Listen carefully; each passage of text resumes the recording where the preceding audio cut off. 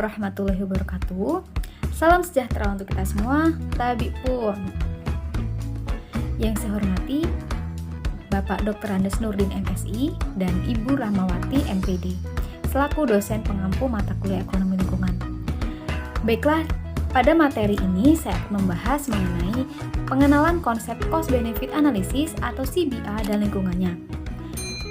Video ini dibuat untuk memenuhi ujian akhir semester mata kuliah ekonomi lingkungan. Disimak baik-baik ya. Baik, langsung saja.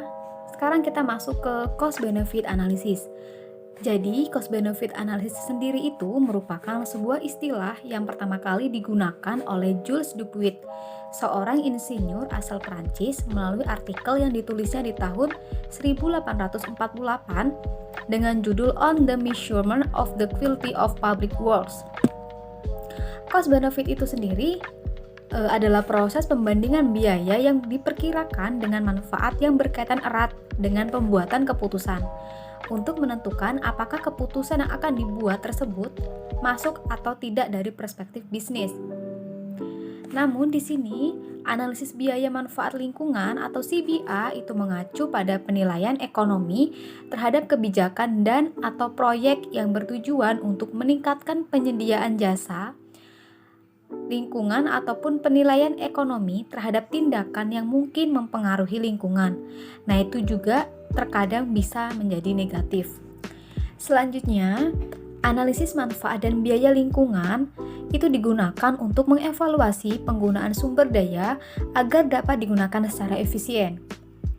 Adapun teknik yang digunakan dalam BCA adalah dengan membandingkan nilai uang antara manfaat, benefit dengan biaya atau cost dalam rangka mengevaluasi atau memprioritaskan suatu kebijakan ataupun kegiatan. Analisis manfaat dan biaya merupakan alat bantu untuk membuat keputusan publik dengan mempertimbangkan kesejahteraan masyarakat. Langsung saja, di sini kita akan mengaplikasikan cost benefit analysis pada lingkungan. Nah, jadi yang pertama, cost benefit analysis pada sektor publik itu dapat dianalogikan seperti analisis untung rugi pada suatu perusahaan. Yang kedua, analisis biaya manfaat lingkungan CBA sosial itu berkaitan dengan bagaimana mengembangkan cara-cara sistematis dalam menganalisis biaya dan manfaat ketika harga barang tidak mencerminkan biaya dan manfaat sesungguhnya.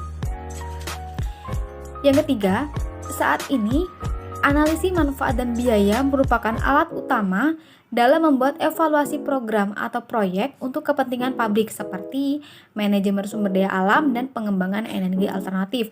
Itu menurut Vail tahun 1994. Yang keempat, itu ada analisis CBA pada kebijakan atau permasalahan lingkungan berkaitan dengan eksternalitas positif maupun negatif. Yang kelima, aplikasi CBA dalam sektor publik juga harus mempertimbangkan beberapa aspek terkait social benefit, social welfare, function, dan lingkungannya. Nah, secara rinci, aspek tersebut mempertimbangkan dampak penerapan program secara langsung atau direct impact dan tidak langsung atau indirect impact, faktor eksternalitas, ketidakpastian, ataupun shadow price. Di sini ada beberapa tahapan penting yang harus diperhatikan dalam mengaplikasikan cost benefit analysis. Tahapan ada 4. Yang pertama, itu spesifikasi secara jelas proyek atau program yang akan dianalisis. Yang kedua, itu deskripsikan input dan output program secara kuantitatif. Yang ketiga, estimasi biaya dan manfaat sosial dari input dan output tersebut. Yang keempat, membandingkan biaya-biaya dan manfaat tersebut.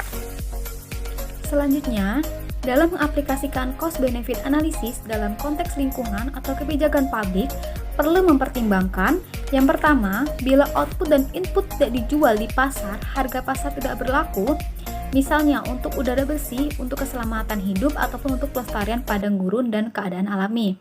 Adapun pendekatan yang tepat digunakan adalah alternatif, teknik atau metode evaluasi ataupun opportunity cost. Dan pertimbangan yang kedua adalah kemungkinan adanya kegagalan pasar.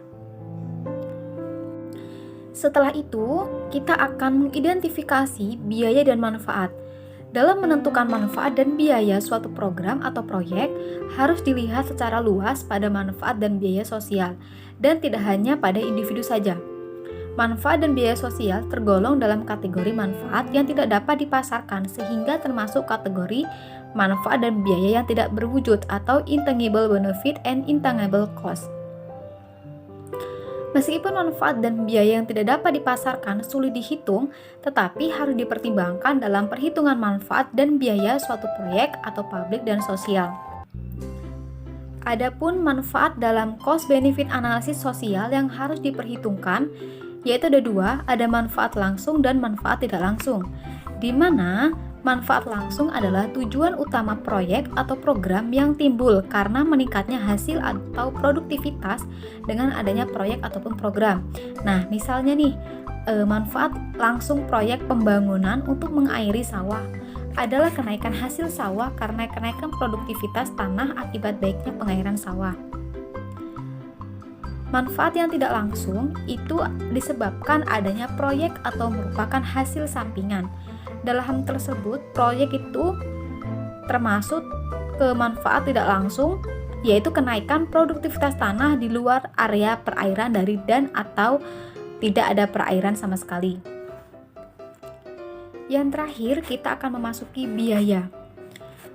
Biaya itu adalah hal yang sangat diperlukan untuk apapun, untuk kehidupan, untuk modal, untuk bisnis, dan segala macam.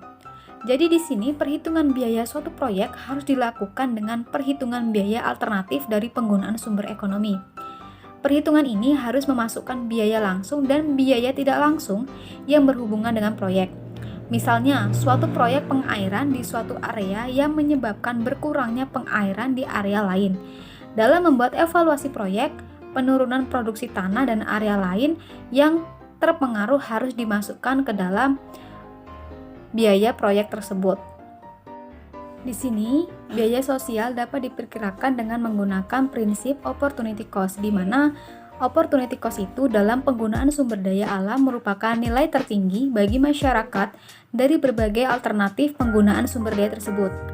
Selain itu, juga bisa menggunakan pendekatan valuasi, misalnya averting behavior method dan willingness to accept atau WTA. Baiklah, sekian dari saya. Bila mana ada kesalahan atau kekeliruan dalam penyampaian materi, saya mohon maaf, dan kepada Allah saya memohon ampun, karena sejatinya manusia itu tidak ada yang sempurna. Saya akhiri, wassalamualaikum warahmatullahi wabarakatuh. Salam sehat untuk kita semua.